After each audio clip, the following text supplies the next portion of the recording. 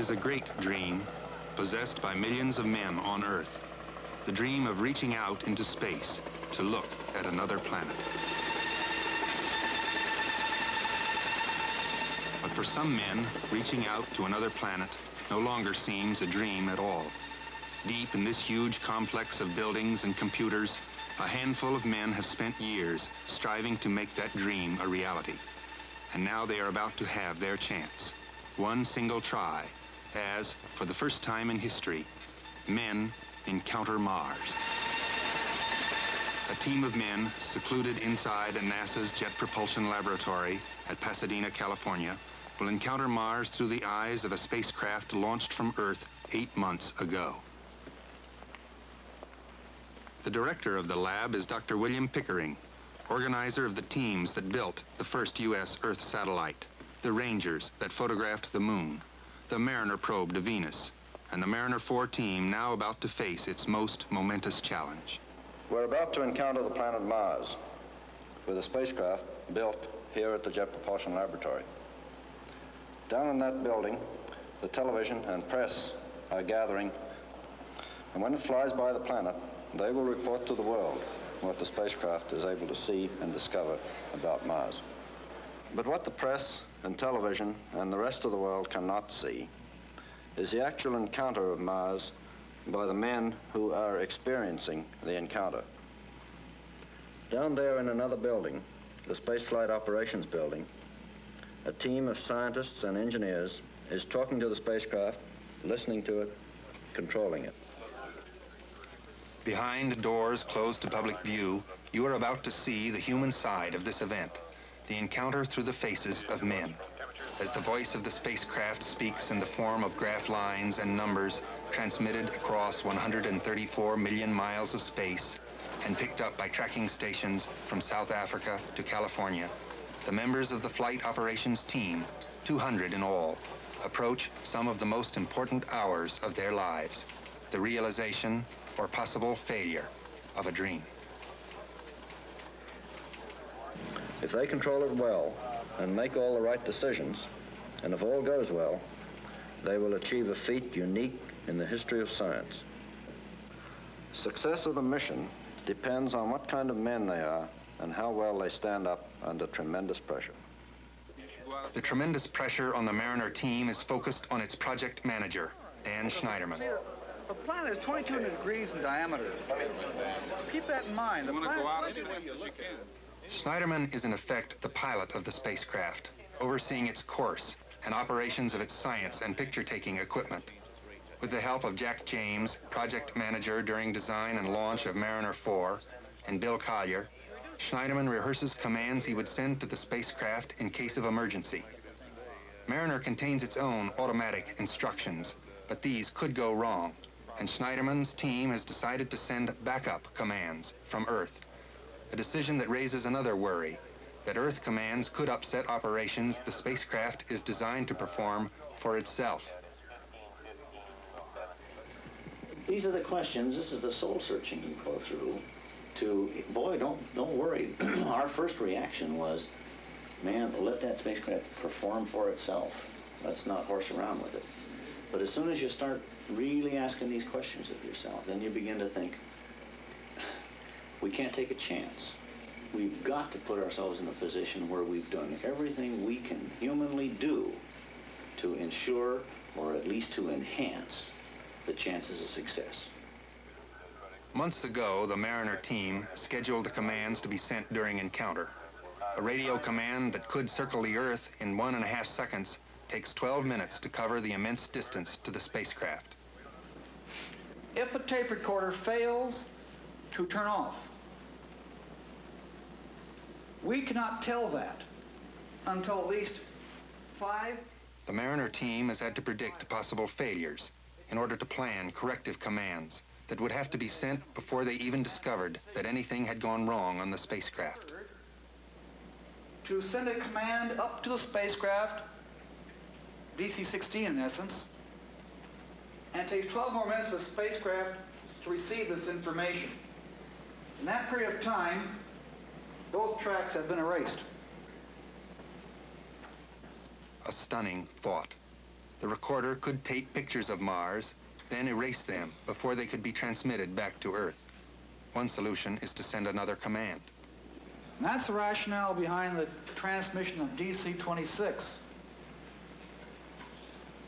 is to protect the pictures. By this time Wednesday, we won't be as calm as we are right now. Well, I'll tell you something. When we get this far Wednesday, I'll be very relaxed. Oh, I know that. But we'll... This discussion of losing Clopas lock is meant to make a nervous man. Oh boy, that just really scares you to death. It does. It really does. It just scares you to death. Because if that hits us, we are really in trouble. Boy, we're going to have a frantic day, no matter at what time that might occur. You're not the director. If the project manager is in effect the pilot of the spacecraft, he has some passengers. Richard Sloan is Mariner project scientist, Schneiderman's contact with 24 scientists from 10 different universities and laboratories who have 7 experiments working aboard the spacecraft. Next door to operations is the space science area, where the concern is less with the operation of the spacecraft than with Mars itself.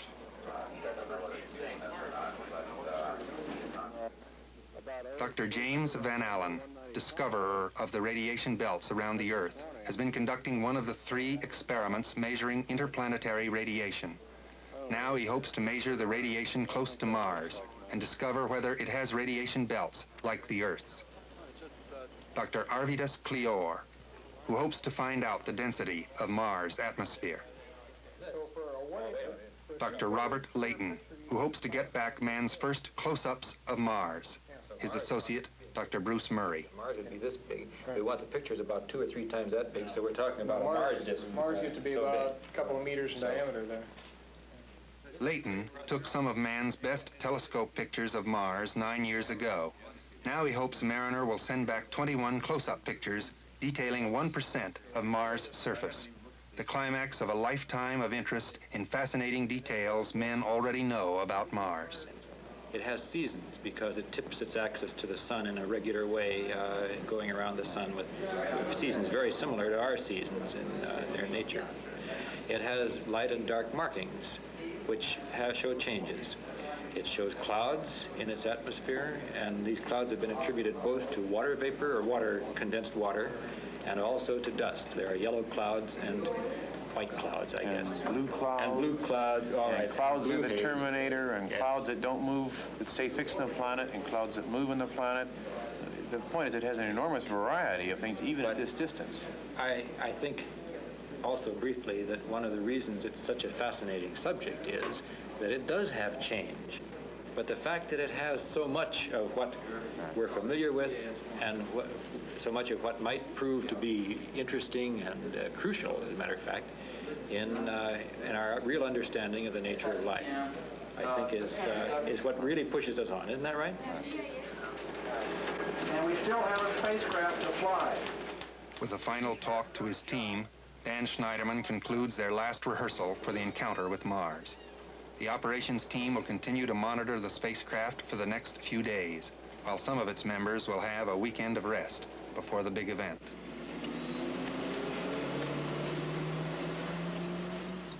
Driving up Mount Wilson, Layton leaves the Mariner project behind for a day. But the dream of exploring planets will not be swept from mind by a family picnic or some extra work washing the mirror of a telescope.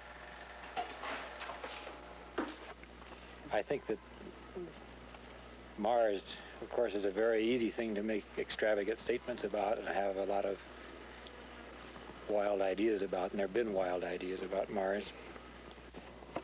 I've often thought about not only Mars, but Jupiter and other planets elsewhere in the galaxy, where undoubtedly there are things going on. I can imagine there's a place on Mars, for example, where the wind is blowing and little pieces of dust are flying around the way they would be on sand dunes, say, on the Earth. One can imagine there are planets with life, dinosaurs, and it's interesting to consider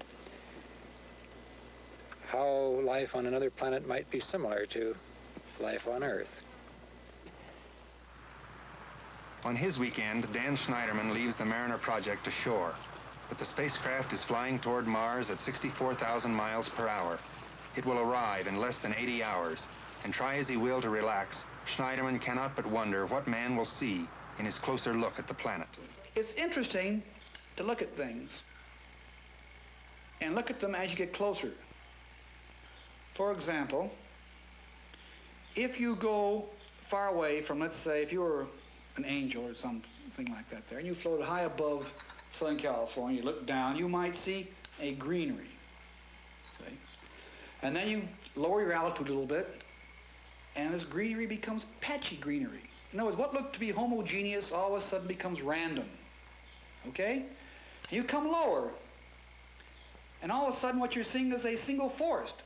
So what was random becomes homogeneous again. You see? So the interesting thing is, I think that if you take a picture, and let's presume it shows a canal, that doesn't mean to say that that is just a random crisscrossing of weird things. That isn't really a canal at all, or even a pathway. You gotta get closer. You gotta always get closer and closer. The day of the encounter, Schneiderman and Layton and the Mariner team have already begun the encounter operation. The spacecraft is flying toward Mars, about to pass within 6,000 miles of its surface, and then out into space. One pass, a single chance for everything to work. The experiments, camera, picture recorder, and the commands even now being sent from Earth.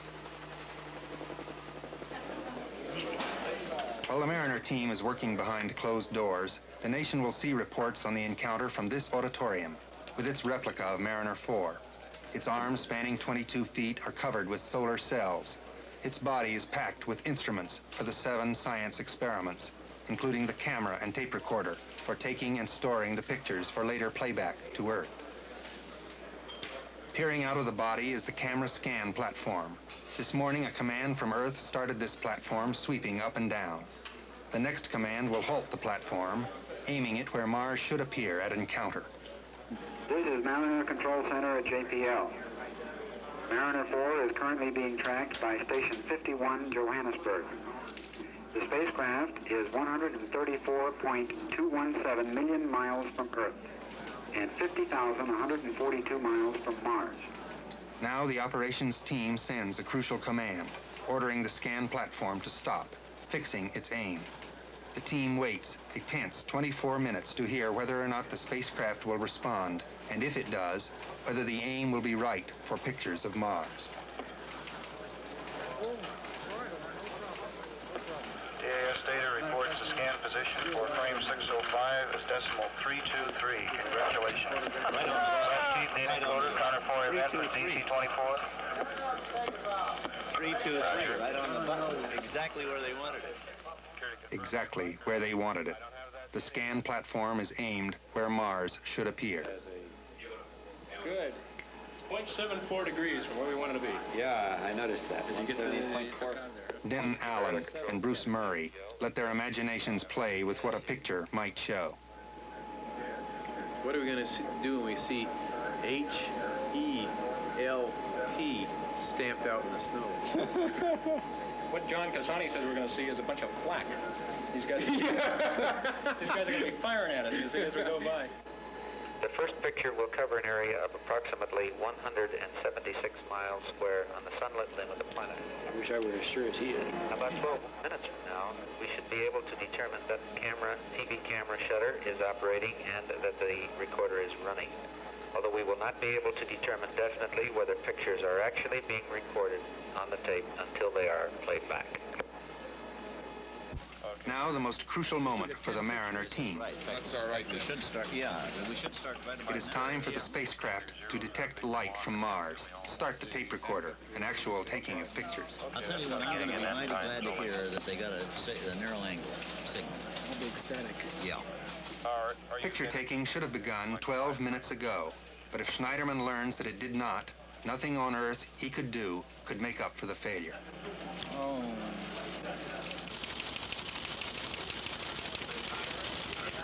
We got Mars angle. It's time for 26 to go. Yeah, Tim.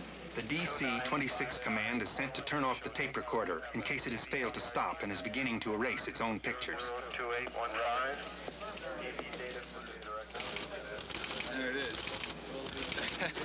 Systems manager John Cassani sees it first.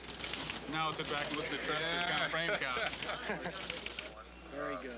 We had normal calibrated 0907. A tremendous moment for the operations team.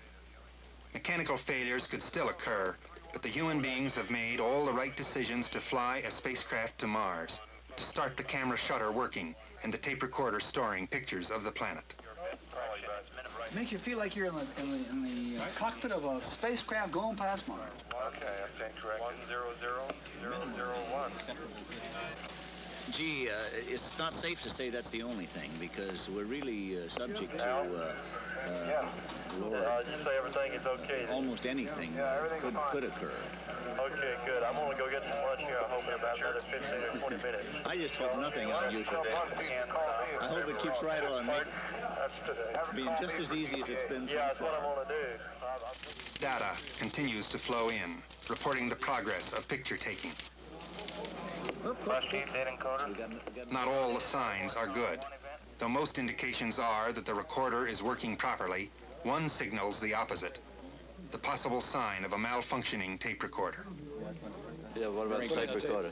Well, the tape recorder, the answers that I got late here is that we got a normal first end of tape and a normal second end of tape, and it appeared as though that the second end of tape switched the data encoder to mode 2, just as it is supposed to. But the answer here, the last I heard there, was that there was some funny business in the first 10 picture recording. That TV system, which you should have turned the tape recorder on and off, may have failed to turn it off, and the tape runs through faster. And that was exactly the reason we sent this command 26, was to save as many pictures as we could on the tape. But we don't know for sure it's happening. Give me the actual time of transmission of DC-26. If Mariner 4 has recorded pictures, they will be held on tape while the results of other experiments are radioed to Earth. It will be 10 hours before picture playback can begin. Each picture will require more than 8 hours to transmit. If all 21 are on the tape, it will take 9 days to find it out. Give us the word. But I think it doesn't look like we look like we got some pictures if the TV system recorded. Did you see? There'd be a long wait between pictures. That were indicative.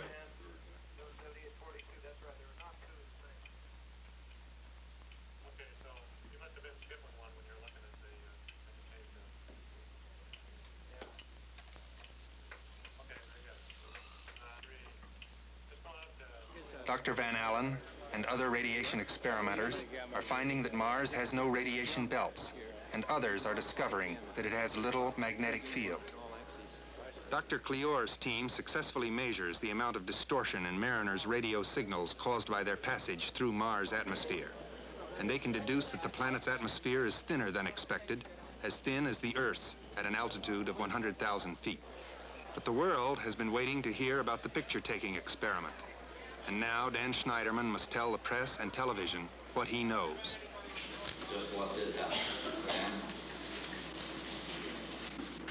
The performance of the spacecraft during the picture-taking sequence was not precisely as predicted. There were some anomalies, and we have attempted in this short period of time to diagnose these anomalies. And I think that at the present time, we are still optimistic that we did indeed take some pictures. We have always said that we cannot determine whether or not these pictures have been taken, even the system performed correctly, until tomorrow morning, when the picture playback sequence will be initiated. 5 a.m. on the way to the Jet Propulsion Laboratory. Difficulties in this business is that it's such a difficult game that your experience really tells you that almost any thing abnormal usually spells disaster. It's very rare that it's just partially degraded. Usually it spells disaster. The teletypes are already printing out the first picture signals from the spacecraft. Digits representing the shades of dots arranged in lines. The first numbers indicate black, as the first 7 lines are supposed to be. If the numbers change when the 8th line comes in, they will represent at least the beginnings of a picture image. So, good. They may be all black, but we got some there.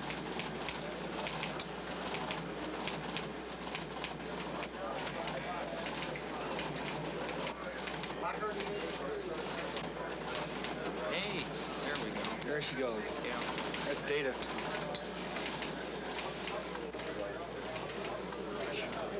Based on your preliminary analysis of this data, would you please describe what you see on Mars? Yes, it's there.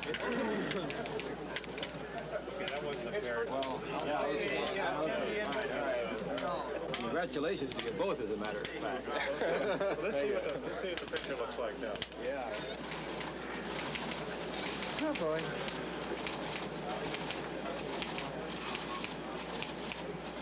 Give me Bruce Murray's phone number. Or the devil or the Mars picture interpreters. Yeah. Data's coming in, boy. What are you doing in bed? You didn't, huh? Well, the numbers are coming in hot off the line. First, well, yeah, okay. Shave, at least. It's the TV filter shutter, the AAC. Well, that's your problem. I just wanted to let you know that there are Mars pictures coming in and it's starting to stack up on your desk. For 8 hours and 35 minutes, the figures cascade to the Earth from the spacecraft. 240,000 bits of binary code, representing the shading of 40,000 dots that will finally make up the first picture. A complex system of computers is required to convert these numbers into pictures. But some workers decide to hand-make their own picture of Mars by shading the numbers. A fanciful exercise, but one that gives Robert Layton a chance to commune with numbers from Mars, whose picture equivalent he can hardly imagine. Bill Trister's printout. I thought I saw some very low numbers. Only 37 to 38. 15, 21 and 15. Kids that are dancing. Yeah. Is this the first time you've seen that? No kidding. Hey, that's gorgeous. What is it? As you know, the more formal processing of these pictures is taking place.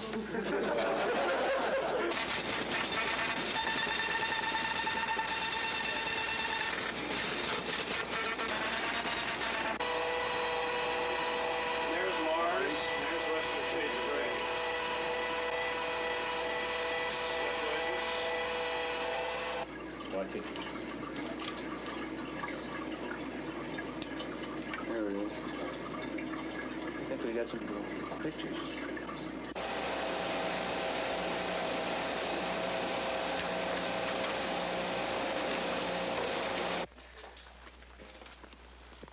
Face down, right? Yeah, face down. There is some sort of a pattern to the data, and we have now full confidence that this does indeed correspond to a photograph of Mars.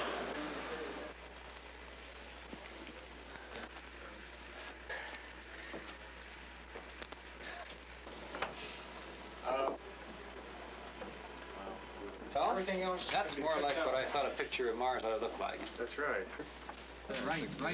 Right. Yep. Beautiful picture.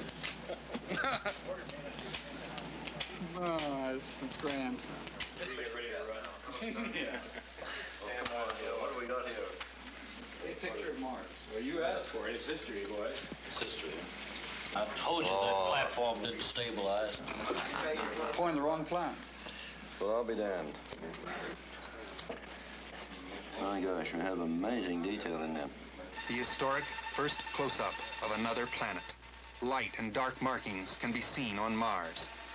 Its surface is separated from the black of outer space beyond by the curving line of the planet's edge, called the limb. The limb you had to have, because if we'd seen number 2 first, I think there'd been People leaping from building 180. Windows, you know, my God, all this for that? Picture 2 was taken with the sun directly overhead, flat lighting, and a featureless surface. Right? You couldn't even prove you'd been to Mars. You really couldn't have could have taken a picture of, hell, the floor. So flat. But then you, number 3 popped along, we knew we had something. Picture 3. Features suggestive of ridges, valleys, and crater-like depressions. Man has dreamed of reaching out into space to look at another planet. The Mariner team built a spacecraft, flew it to Mars, and got back 21 pictures. A feat of such wonder that its full scale is to be unveiled for the President in a ceremony at the White House. Picture number 11 of the Mariner sequence must surely rank as one of the most remarkable scientific photographs of this age. One of the most remarkable scientific photographs of this age. Picture number 11 shows craters 3 to 75 miles across and several thousand feet deep. The picture suggests that Mars has never had an ocean or substantial atmosphere. The Mariner 4 pictures neither demonstrate nor preclude the possible existence of life on Mars. I think I speak for every American when I tell you how very proud and how impressed, how grateful we are for what you and all the many members of your team have accomplished on the Mariner 4 mission. In the history books of tomorrow, unlike the headlines of today, the project's name may be lost. But the names of the men of vision, men of imagination and faith, who made this enterprise such a historic success, is going to be honored in the world for many generations to come. It may just be that life as we know it, with its humanity, is more unique than many have thought.